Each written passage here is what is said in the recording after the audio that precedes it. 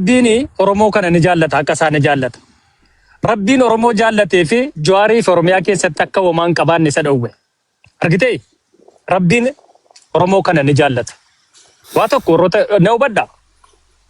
Rabbiin Oromoo jaallataa fi Jawaar kanaa fi bootaa dhowwate Oromiyaadhuma kana keessatti. Otuu Jawaar carraa argatee bootaa tokko otuu qabaatee warroonni garee Jawaarii Oromoo sirna mililik nurratti hin goone Oromoo kana irratti godhu ture. Akkuma social media irratti akka ilaaltanidha. Gareen kun argitee Rabbi bootaa jaraaf osoo kenne gaafa dhaabbattanii yaaddanii ilaaltan Girrisaan Jawaar otuu carraa argatanii Oromoo kana waan sirna mililikii miti Jarmani Israa'el irratti waan hojjette caala Oromoo kana irratti hojjetu ture. Laakiin Rabbuma carraa jaraaf hin kennine. Argitanii otuu carraa biyya bulchuu, otaa carraa Oromiyaa keessa bulchuu, Jawaar carraa otuu argate qaata nyaatamtee turte wallahi Oromoon. Rabbumatu carraa kana isaaf hin kennine jechaadha. For example, waan dhiqee Bahar Daar irratti dubbatee ilaaluun ni danda'ama. Edda biyyaa bahee wanta dubbataa jiru ilaaluu dandeessu jechaadha. Haala politikaatiin. Warroota isa jala deemanu kaleessa warroota OMN jala turanii hiriyoota isaa nyaatee fite jechaadha.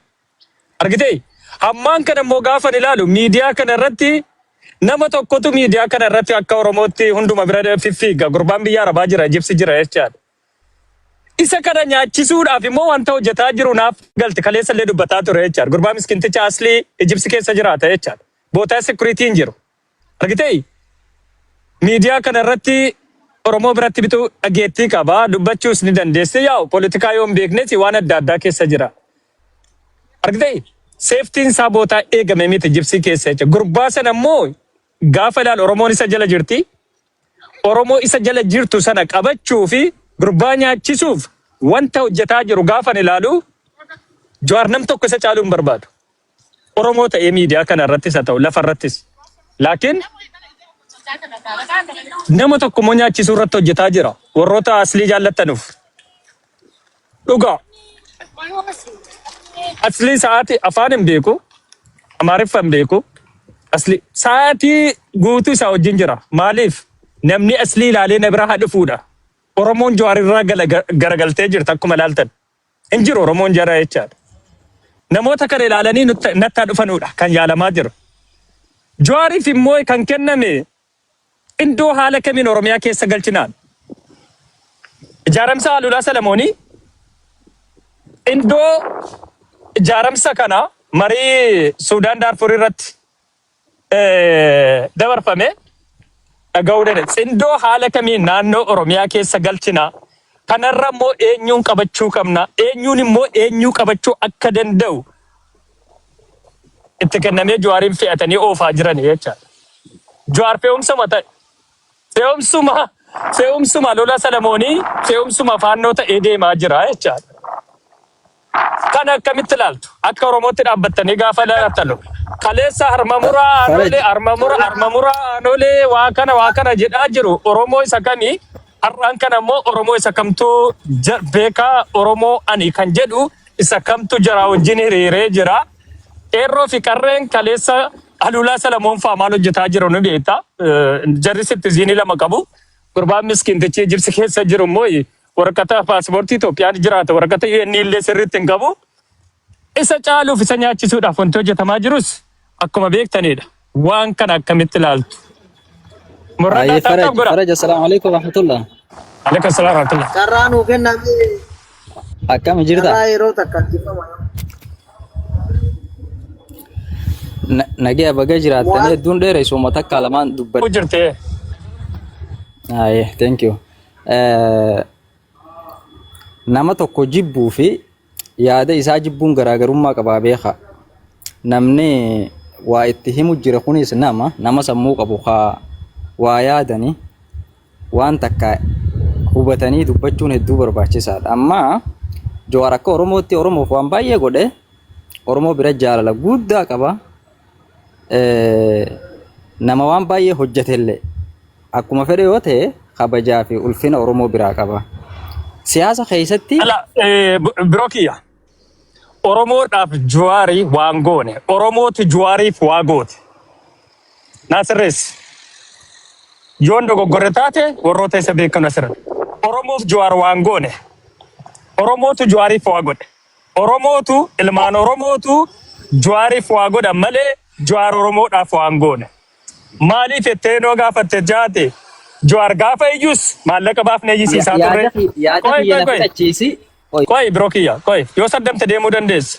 Oromoodhaaf waa godhe hin jedhin egaa. Oromoo keessaa Salamoon tokko. Warroonni jala nu jala jiran Oromoo keessaa nama tokko nama maallaqa ofii baasaa jiran. Nama humna ofii dafqa ofii baasanii Jawaariin fiigsisaa turanidha. Argitee dhugaan jirtu kana.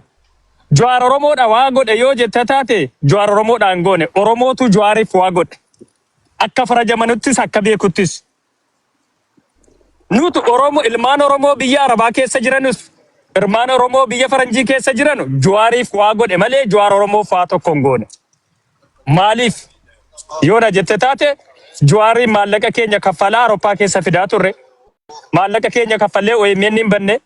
Maallaqa keenya yeroo keenya fannee mana kiraa isaa kaffalaa baajata isaa maddamnee ijoollee Suudi Arabiyaa irraa ijoollee Duubaay irraa qeerroo biyya keessaa qeerroo biyya Faranjii maallaqa kaffallee maallaqa keenyaan socho'aa jira malee Jawaar jiruu isaa keessa barnoota barateen hojii biyya kam keessatti hojjetee jiruu kam qabaatee biyya kamitti waan tokko barnoota isaatiin hojjetee fayyadamee deemaa jira yoo jette taate kun ijoollee ganda isaatiif ni dhaabna. Nuyiif poolitikaan nama nuuf galuuf nutti himuu hin dandeessan jechaadha. For example, Oromoon yaada kiyya na beekaa fudhachiif dhiisa ta'e ololuu malee mala. no obboleessa kiyya. Oromoon beekaa dhiisa malee dubbannaan ni dubbataa jechaadha. Argitee? Dhugaa keeti dubbannaan ni dubbataa yaada kiyya silaa Dubbannaan na dubbata. fudhachiiftee booda irra kennattee Abitatu bareeda. abitatu fitadhu Okay. maaliif wanni fitattuufi Amma yaadni kiyya Ramuu malee. akkas miti dhagee. dubbatu waan waa dubbatu Dhugaa dimokiraasii gadhiisiif hafedhe waan fedhaa jiru Oromoo walitti araaramu qaba asirratti maaliif inni isin jaaseetallaa anamma jecha wanni dubbachuu na dirqisiisee fi dhugaa jiru haa baranii fi guyyaa qabsoon kaate guyyaa maaliif seetan calan qololaatiin laalu guyyaa Oromoo toluu kaate guyyaa calan qololaa duraan miidhaan turte calan qololaatiin immas guyyaa calan qololaa sanirraa kaate achumaanii isin rabbiin galata qabdanii miidiyaa Oromoo qopheessanii yaada Oromoodhaa waliif fiddan namoota achirratti hirmaate santu isa gargaaraa ture. Laal kanaaf galatoomi qulfii ta'an illee tuutee jirta waan ta'eef haa dubbatanii tuqina dhiifama naa godhaa garuu yoon isin miidhagde. Taaptaap godhaa. Hin danda'anu miti odeessuu qofaaf hancarraa jaraaf hin kennu. Taaptaap godhaa sheer godhaa. Taaptaap godhii sheer godhi. Hin dandeessu miti waa tokko gochuu hin dandeessu. Warri Warroota ol jiru seenan hundi foloo haa godhani. warroota ol gadhan fooloo godhe. Hin dandeessanu miti kun mana bitan isaa bitanii hojjetee bulaadha. Argitee faarsee bulaa osoo hin taane hojjetee bulaadha. Karaarra hin jira. Hojii deemaa jira. Dafqa kootiin jiraadha. Gargaarsa namaatiin miti gargaarsa rabbiitiin dafqa kootiin jiraadha. Karaarra hin jira. Taaptaap godhi sheer godhi yookaan immoo Ahmaddiin jira gurbaan keenya feemesichi keenya Duubaay keessa jira warroota Duubaay Ahmaddiin bira walitti qabamadha warroota sun falmachaa duuna falmachaa dhufnee falmachaa duuna kan falmachaa Oromoo waggaa 150 falmachaa kan ture Sumaalee miti sirna naftanyaati. Sirna naftanyaan eenyuun miidhee Oromoo se komandooti. Akkasii miti yaa jara keenya nan sobee. Oromoo keessa kan mormi obboleeyyan keenya se komandoo harki muramee harmi muramee jenneeti kan isin faana iyyaa turre jechaadha. Isin maaxxeeffatanii dahoo gootanii naftanyaatti gallaanii giroo keessanii jechaadha. Oromummaa isinirraa bitannu hin jiru. Oromummaa isiniif gurgurru hin jiru jechaadha. Qabsoo Oromoo keessatti gandaaf qabsooftan malee gangoo qabsoo Oromoo keessatti takka waan iyya keessa dhageenya malee qabsootuu keessa dhageenya malee qabsaa keessan illee hin arginu. Oromoo fedhee kan qabsaa jiru. Wallaggaaf se komandoon qabseera. Jimmaaf se komandoon qabseera. Gujii Booranaaf se komandoon qabseera hin qabsoofne qabsoo ganda keessa naftanyaarratti qabsooftan. Nutti mun barbaadinaan dhugaa jirtu isinittan hima.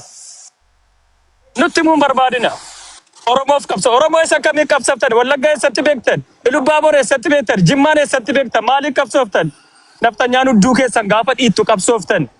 Naftanyaa ofirraa dhorkuudhaaf. Oromoo nu qaqqabaa jettani waan nutti himtan fudhannee isin faana hiriiraa turre jechaadha. Waan nutti himtan hidhamnee isin faana hiriiraa turre. Dhugaamoo Harargeef kan qabsaa'eera. Harargeef qabsooftanii. Qabsoo Oromoo eenyu? Qabsoon Oromoo eenyurraa beekama? Harargee irraa beekama malee isin irratti hin beekamu. Qotee bultoota Baalee irraa beekama. Baaleen isin bira jirti. Baalee irraa respect akka naannoo tokkotti kabaja kennuu hin dandeessan jechaadha. Kanaaf rabbi carraadhaan aangoolee isinitti hin kennine qa'ee Jawaariif. Jawaar osoo aangoo qabate qaata nu gurgurate jechaadha. Laakiin carraa rabbii aangoo hin arganne jechaadha. Aangoo hin arganne carraa rabbii. Jawaar ol ba'uudha eenyutu haala kana godhe yaa jettani. Jawaariin eenyutu ergate? TPLF. Barnootaaf eenyutu ergate? OPDOdhumatu ergate. Uummata isa komandoo barsiisee, ijoollee isa komandoo barsiisee, maatii isaatu barsiisee, eenyutu barsiise? OPDOdhumatu ergate. Akkasii miti. OPDO ishi naftanyaa jaraa kaleessa Jawaariin akkamitti baasne yoo jedhe taate achirraa gaafa argatamu Oromootu qeebaleen afaan Oromoo dubbataa jira kottu. Afaan Oromoo dubbataa jira Jawaarii kottu jaraa wajjin hin hiriirani. Gaafa miidiyaan isaati sagalee isaa gaafa awwaalee qabu maal gochuu qaba? Na argatani intarbiin kiyya bahuu hin dandeenye jedhee gaafa bahu miidiyaa kana irratti kottu maallaqa siif kennina. Barattee jirta miti? Beekumsa qabda miti? Kottu gargaari. Kottu Oromoodhaaf hojjedhu. Namoota dabaladhu. Miidiyaa banadhu jenneen. Akkasii miti? Gargaarsa maallaqa Oromooti malee Jawaar Oromoodhaaf hojjetee fayyade otoo hin taane Oromoo irraa fayyadame malee Oromoo wanta fayyade waa tokko hin beeku an. Natti himuu dandeessu ragaadhaan. Goota akkamirratti hojjete akka asliin tokko Oromoo akka fayyadutti Jawaar Oromoon fayyadne. Fayyadamuu malee kan fayyadu takkaan argina. Yoo taap godhaa Oromoo, taap godhaa sheer godhaa. Wanta nuuf galtee jirti, wanti dubbataa jirtu waan ammaan kana deemamaa jiru keessa ilaali. For example, akka Jawaar addunyaa kana rabbi ol sii qabee gadi siin buusini. Ilmana rabbi yookaan ol naan qabini, ol naa qabee taate gadi nuun buusin. Du'aayee Oromoo keessa illee jira jechaadha. Amma gaa waan kana waan dhaggeeffattuuf dhiifama naa godhaadha garuu dhiifama naa godhaadha. Maaliif ani itti haqadheen jira jechuufin si jeeban itti haqadheetiin jira. Jawaar akka bulumaatti itti himadheen jira. Si gabaabseen si himamaas dhiifama naa godhiga. Waan guddaa dabar qulfiin sitti himu jira bar. Qulfii Jawaar itti dhamee itti maraatu jiruun si hima maraatee jira gana akkana argannee sitti himeetiin jiran. Guyyaa saniin itti hima akkana ta'u hunda. Maaliif diboonni akkasii diboota isa waliin ilaaltee qamoo jala deeman dhumte bakka. Kalammadaa maali guyyaa lammaa filatan san lammaa nama dhabdanii lammaa filatan hin jeen siyaasni isin lammaa filatanii maali? Lammaa filuun guyyaa sanii maaliif seetan? Jara waliin dhahuudhaaf lammaa fi isa waliin dhahuudhaaf filatan. Ammaas yoo lammaan waan san bakka san jiraa miti eegduu biyyaati. Zabanyaadha lammaan maaliif makalaakaa zabanyaa waan ta'eef zabanyaan kun dhufeeti akkam isin mariisisaa isin eegamoo jennaan yoo ni gartee inni ka'e isa buqqaasisuudhaaf maqala mangistii irra gaggeessee waan nuti yaadne kana galmaan ni gaha jaaniiti kan isaan filan. Kanaaf guyyaa san inni jalaa hubateetuma yeroo san lammaa jalaa kaase inninis nama jabaadha Dr. Abiyyiinis kana jalaa kaase gaamma. Amma jalaa baree mire dubbiin isaanii fashalooyte ammas garagaltee dubbiin eessa dheete gaata guyyaa saniitu Hacaaluutti as garagale. Hacaaluutti as garagaltee Hacaaluu dheete jechuudha. Hacaaluun kan wareegame wal dhabinsa guyyaa saniituutu Hacaaluu ajjeesise. Abbaa ajjeesise immoo Oromoo keessa malee dubbiin nama biraatti miti. Kun siyaasni ganaadha ifa ba'a. Kalammata sani gaggaafiidha sun. Kan biraa kan hin jeenni jira. Kan guyyaa inni du'e san namni biraa qabafaa jiranii beektanii miti wayyaaneen tiiblammaan garee dhugaadhaa guutuun tiiblammaa jala jirti. Gareen hattootaa guutuun wayyaanee jala jirti. Gareen humna harkaa qabdu immoo wayyaaneen guutuun humna hanga takaatti harkaa qabdu. Gareen tiiblammaa waa takka harkaa hin qabdu. Dr. Abiyyi as deebi'eeti garee tiiblammaas mariisisee garee lachuutu mariisisee gareen tiiblammaa akka isan baafne argee garuma wayyaanee san qabate waan kana galmaan ga'uudhaaf. Maaliif waa lamaatu arga jira jechuudha. Gareen naannoo amara turis gareen sanis lamaanuu isa nyaatti jidduu sanatti isa qofaa jira. Amma siitu hidhaa jira moo? Dr. Abiyyiitu hidhaa jiraan jedhama. Akkamitti jee qoble? Eenyutu jira jee Dr. Abiyyiitu hidhaa jira ati hidhaa hin jirtu hin jedhu uummata Oromoo seeku jira Dr. Abiyyi firraa seeku jira. Maaliif isa eegaa jechuudha akka inni yoo du'e siyaasni isaa duraa badu waan beekuuf sirnaan eegeetti achi keessa bashannanaa turan. Nama nyaata amma dhugoomsaan fa'aa nyaatachi nyaataa turan. Dhugoomsaan amma tarraq jiru kun achitti isa bira nyaataa turan. Amma maal ta'e ilaalama waan namaaf jalaa dhabee fi tiim wayyaanee qabatee waan ati jette galmaan geenya ja'aniini jala deemaa turan hattuuf kunis san keessaa jeneraalota torba guyyaan ajjeesisan. Jeneraalonni torban san TPLF hojii nyaataa isaa hojii nyaataa jiran. guyyaa san rabbiin lubbuu isaa baase Dr. Abiyyi fi boo. Kanaaf Yaa, namticha thank you. jala Oye, deemaa yeroo qabnu itti deebitaanii. dhiifama naa godhaadhaa bakka Yaa. tole.